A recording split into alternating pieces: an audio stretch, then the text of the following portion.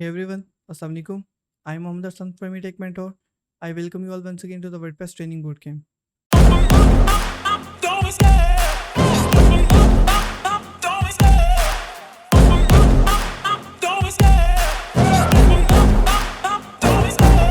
आज हमारी WordPress series का लेक्चर नंबर 13 है और आज के लेक्चर में हम लोग सीखेंगे वर्डप्रेस में जो परमिलिंक्स होते हैं वो क्या होते हैं और स्लग्स वो क्या होते हैं। इन दोनों टर्म्स को हम लोग सीखेंगे आज के लेक्चर में।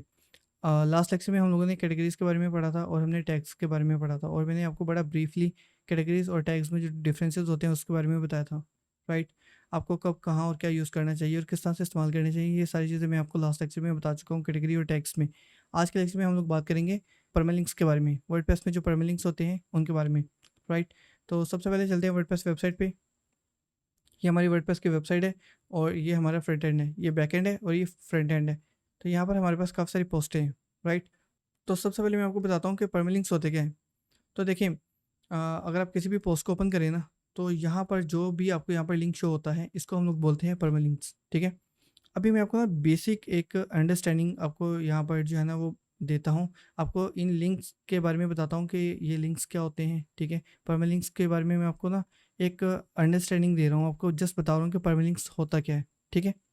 देखिए आपके पास यहाँ पर ना काफ़ी सारी पोस्टें हैं। अगर हम इस पोस्ट को ओपन कर लें, राइट, तो हमें यहाँ पर क्या शो हो रहा है, ये जो हमें यहाँ पर लिंक शो हो रहा है इसको बोलते हैं परमालिंक्स। अभी मैं आपको जस्ट ना एक ओवरव्यू दे रहा हूँ परमालिंक्स के बारे में कि परमालिंक्स क्या होता है, ठीक है। आगे चल के मैं आपको ना इसको और भी अच्छे तरीके से एक्सप्लेन करूँगा और अभी जस्ट मैं आपको जो है ना वो इसे फेमिलियर कर रहा हूँ, आपको बता रहा हूँ कि परमालिंक्स होता क्या है, हम लोग कैसे इसको चेंज कर सकते हैं। अभी जस्ट मैं आपको इतना बता रहा हूँ। अभी एसईओ फ्रेंडली परमालिंक्स क्या होते हैं, वो कैसे राइट करते हैं, उसमें किन किन चीज़ों का ख्याल रखना पड़ता है, स्टॉप कीवर्ड्स क्या होते हैं, ये तमाम चीज़ें मैं आपको ना आगे चल के बताऊँगा एडवांस वर्डप्रेस के अंदर, राइट। तो अभी के लिए आप ना सिर्फ फेमिलियर हो जाएँ इसके साथ कि परमालिंक्स होते क्या हैं और इनको हम लोग कैसे चेंज कर सकते हैं और कौन सा परमालिंक्स ज़्यादा बेस्ट है हमारी साइट के लिए, राइट। तो सबसे पहले आप देखिए, मैंने आपको बताया कि अगर आप किसी भी पोस्ट को ओपन कर लें, किसी भी पेज को ओपन कर लें, तो आपको यहाँ पर आपकी वेबसाइट के नेम के बाद, यहाँ तक तो आपकी वेबसाइट है ना, इसके बाद आपको ये जो लिंक शो होता है ना, इसको हम लोग बोलते हैं परमालिंक्स, राइट। तो ये लाइव साइट और लोकल साइट दोनों के ऊपर होता है, ये बात याद रख ली। अगर मैं यहाँ पर ओपन कर लूँ बिंगरू, ठीक है, मैंने यहाँ पर ओपन कर लिया बिंगरू.com, तो ये बिंगरू का एक मेन लिंक है, राइट। बिंगरू का ये एक मेन लिंक है और अगर मैं यहाँ पर अबाउट के ऊपर क्लिक करूँ तो इनकी जो डोमेन नेम के बाद यहाँ पर आएगा अबाउट अस, वो क्या होगा, वो इनका होगा परमालिंक्स। जैसे यहाँ पर आ रहा है अबाउट अस, ये क्या है, ये इनका परमालिंक है। इसी तरह से अगर ये फ्रीलांसिंग के ऊपर क्लिक करें तो ये देखें कैटेगरी फ्रीलांसिंग, ये इनको आप बोल सकते हैं परमालिंक्स। अगर आप किसी पोस्ट को ओपन कर लें, ठीक है, तो यहाँ पर देखें, यहाँ पर क्या आ रहा है, डेट आ रही है और डेट के बाद आपके पास ये टाइटल आ रहा है। तो ये जो लिंक होता है इसको क्या बोलते हैं, इसको बोलते हैं परमालिंक्स, ठीक है। अब आपको पता चल गया परमालिंक्स क्या होता है। अब परमालिंक्स के ना कुछ स्ट्रक्चर्स होते हैं, ठीक है। परमालिंक्स के डिफरेंट स्ट्रक्चर्स होते हैं, वो स्ट्रक्चर्स क्या होते हैं, हम लोग कैसे सेट कर सकते हैं, वो चीज़ें मैं आपको अभी बताता हूँ। अभी आप आ जाएँ डैशबोर्ड के ऊपर और यहाँ पर आप आ जाएँ सेटिंग्स पर। सेटिंग्स पर जब आप हॉवर करेंगे ना, तो यहाँ पर देखिए, यहाँ पर आपको एक ऑप्शन शो हो रहा है यहाँ पर परमालिंक्स का, आपने इसके ऊपर क्लिक करना है। तो जैसे आप इसके ऊपर क्लिक करेंगे ना, तो ये परमालिंक्स की सेटिंग आपके पास ओपन हो चुकी है।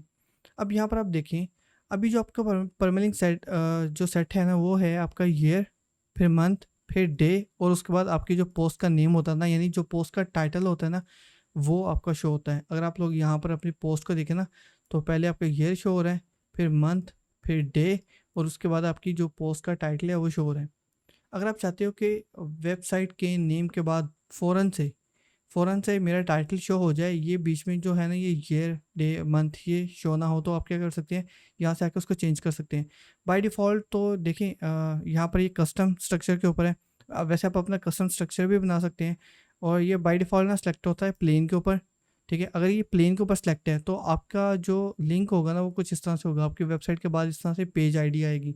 अगर मैं इसको सेव करूँ, सेव करने के बाद मैं क्या करता हूँ, इसको अगर मैं रिफ़्रेश करूँ ना, तो ये बोलेगा कि पेज नोट फाउंड, ठीक है।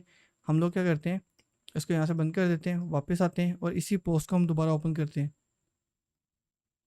इसको मैं यहाँ से रिफ़्रेश कर लेता हूँ और हमें क्या मिल रहा है, ब्लॉग, ओह सॉरी, हम यहाँ से आ चुके हैं फन फैक्ट के अंदर।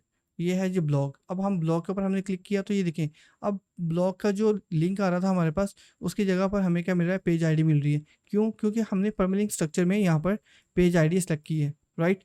इसी तरह से अगर हम यहाँ पर किसी भी पोस्ट को ओपन कर लेते हैं तो हमें क्या मिलेगी, पेज आईडी मिलेगी। अब इसी में आइडिया नहीं होता कि यार ये पेज आईडी है क्या, ठीक है।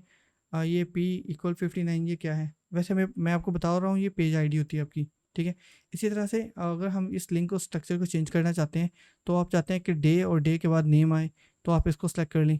तो ये वही कस्टम स्ट्रक्चर है जो मैंने अभी आपको शो करवाया है, ठीक है। अगर आप चाहते हैं कि पहले मंथ और उसके बाद आपकी वेबसाइट का जो है ना वो नेम है, यहाँ पर ईयर नहीं है, यहाँ पर ईयर भी है, ठीक है, और वो सारी चीज़ें हैं। तो यहाँ पर अगर आप देखें यहाँ पर मंथ एंड नेम है। अब आपके पास मंथ आ रहा है, ईयर, मंथ और आगे ये चीज़ आ रही है। अब आपके पास यहाँ पर डे नहीं आ रहा। यहाँ पर क्या है, यहाँ पर आपके पास ईयर भी है, मंथ भी है, डे भी है और उसके बाद आपकी पोस्ट का नेम आता है। तो जो स्ट्रक्चर हम लोग सबसे ज़्यादा इस्तेमाल करते हैं वो है जी पोस्ट नेम, बस ये वाला। इसको ऊपर आपने सेलेक्ट करना है और इसको सेव कर लेना है। और जैसे आप इसको सेव करोगे और सेव करने के बाद आपने क्या करना है, फन फैक्ट के ऊपर क्लिक करें और वापस ब्लॉग में आ जाएँ। अब देखिए आपके पास यहाँ पर ब्लॉग यहाँ पर शो होगा। अगर मैं किसी भी पोस्ट को यहाँ से ओपन करता हूँ तो देखिए अब मेरे पास वो जो डेट शो हो रही थी ना वो शो नहीं होगी। मेरे पास यहाँ पर ये चीज़ें यहाँ पर शो हो रही हैं, ठीक है। ये मेरे पास ये लिंक शो हो रहा है यहाँ पर। तो इसको हम लोग बोलते हैं परमालिंक्स। इस तरह से हम लोग हमारे परमालिंक्स को चेंज कर सकते हैं। तो ज़्यादातर परमालिंक्स होता है ना वो यही वाला चल रहा है यहाँ पर, ठीक है। ये वाला जो पोस्ट नेम होता है ना, आप अपना खुद का कस्टम स्ट्रक्चर भी बना सकते हैं। अब वो आप कैसे बना सकते हैं, आप यहाँ पर इससे पहले पोस्ट नेम से पहले जो है ना, अगर आप कोई भी डे, मंथ, ईयर कुछ भी ऐड करना चाहते हैं तो आप वो भी ऐड कर दें। आप कैटेगरी ऐड करना चाहते हैं, आप चाहते हैं कि यहाँ पर पहले कैटेगरी आए, उसके बाद जो है ना वो पोस्ट टाइटल है, यानी ये कौन सी कैटेगरी की पोस्ट है, ये प्रोडक्टिविटी की। अगर आप चाहते हो इसके टाइटल से पहले प्रोडक्टिविटी भी है तो आप यहाँ पर बिल्कुल स्टार्ट पे क्लिक करके यहाँ से ये कैटेगरी को सिलेक्ट कर लें, ओके। फिर आप यहाँ से इसको सेव चेंजेस कर दें और सेव चेंजेस करने के बाद आप वापस ब्लॉग में आएँ और वापस इसके ऊपर अगर आप क्लिक करेंगे तो ये देखें अब आपके वेबसाइट के नेम के बाद यहाँ पर प्रोडक्टिविटी और उसके बाद फिर आपका टाइटल आ रहा है। इस तरह से आप अपना एक कस्टम स्ट्रक्चर भी बना सकते हैं और आप चाहें तो ये वाला जो स्ट्रक्चर है ना इसको भी फॉलो कर सकते हैं। इस तरह से इसको सेव कर लें और सेव करने के बाद वापस ब्लॉग पर आएँ और जब भी आप इस पोस्ट को क्लिक करेंगे तो ये देखिए ये पोस्ट आपके सामने क्या हो चुकी है, आपके सामने अपीयर हो चुकी है। और ये ऊपर इसका जो है ना ये आ रहा है इसका टाइटल, ठीक है। यानी ये जो आपने टाइटल दिया था ना इसी टाइटल का क्या बनता है, परमालिंक्स बनता है। तो यही परमालिंक्स आपके पास यहाँ पर ऊपर शो हो रहा है, राइट। अब स्लग क्या होता है, स्लग इसी को टेक्निकल टर्म में बोलते हैं स्लग, ठीक है। इसी को टेक्निकल टर्म में बोलते हैं स्लग। अगर आप वर्डप्रेस का कोड देखोगे, थीम का कोड देखोगे, वर्डप्रेस को कोडिंग पॉइंट ऑफ व्यू से देखोगे ना तो ये क्या होगा, ये स्लग होगा, ठीक है। अब आप समझ लें कि अगर आप एक डेवलपर हैं और अगर आप कोडिंग वर्डप्रेस को कोडिंग पॉइंट ऑफ व्यू से देख रहे हैं तो ये स्लग है, ठीक है। और अगर आप एक नॉन डेवलपर पर्सन है और आप यहाँ फ्रंट एंड से देख रहे हैं, मतलब इस तरह से देख रहे हैं, तो ये आपके लिए क्या है, ये परमालिंक्स है। परमालिंक्स और स्लग समझ लें कि एक ही चीज़ का नाम है, एक ही चीज़ के दो नाम है। बात समझ में आ गई, एक ही चीज़ के दो नाम है। तो इनको हम लोग चेंज भी कर सकते हैं। हर कैटेगरी को, हर टैग का स्लग होता है जिसको हम लोग चेंज कर सकते हैं और साथ ही साथ में हर पोस्ट का। अब जैसे ये वाली पोस्ट है, ठीक है, इस पोस्ट का ये जो है ना ये सारा का सारा स्लग ही है जिसको हम लोग परमालिंक बोल रहे हैं। इसको हम लोग चेंज भी कर सकते हैं, कैसे? अब देखिए, अब मैं चाहता हूँ कि मुझे इतना लंबा जो है ना ये परमालिंक नहीं देना, मुझे यहाँ तक डेवलपिंग तक देना है और ये आगे वाला हटा देना है। तो मैं इसी पोस्ट को यहाँ से क्या कर लूँगा, एडिट कर लूँगा। और ये देखें, एडिट करने के बाद मेरे पास यहाँ पर ये परमालिंक शो हो रहा है, ये हो रहा है ना। तो यहाँ से मैं इसको डेवलपिंग तक रख लूँगा और डेवलपिंग के बाद ये वाला सारा यहाँ से रिमूव करके इसको अपडेट कर दूँगा। और अपडेट करने के बाद वापस से मैं इस पोस्ट को जब व्यू करूँगा तो देखिए मेरे पास अब देखिए ये डेवलपिंग तक आ रहा है, ठीक है। इसी तरह से अगर आप इसको कम्प्लीटली चेंज करना चाहो तो आप वो भी कर सकते हो, लेकिन मैं इसको कभी भी रिकमेंड नहीं करूँगा। मैं यही कहूँगा कि आपका जो है ना ये वाला लिंक ये हमेशा आपके टाइटल से मैच करना चाहिए। ये बात आप याद रख लें, ठीक है। और कोशिश करें कि ये ज़्यादा लंबा ना हो, ये जितना शॉर्ट हो उतना बेहतर है। अब ये ना हो कि आप 2-3 वर्ड्स का ही दे दें, लेकिन ये है कि जितना आपने टाइटल दिया हुआ है उतना तो एटलीस्ट वो हो।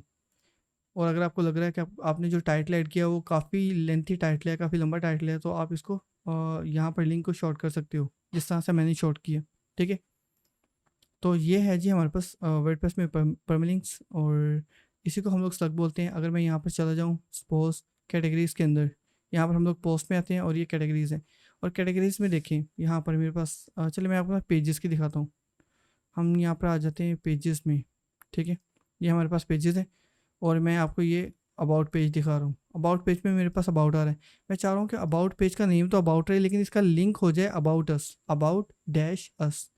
तो देखें ये कैसे होगा, मैं यहाँ से जाऊँगा क्विक एडिट में और ये है इसका स्लग, ठीक है। स्लग क्या होता है? ये स्लग वही परमालिंक है जो हमें यहाँ पर ये शो हो रहा है, ये वाला।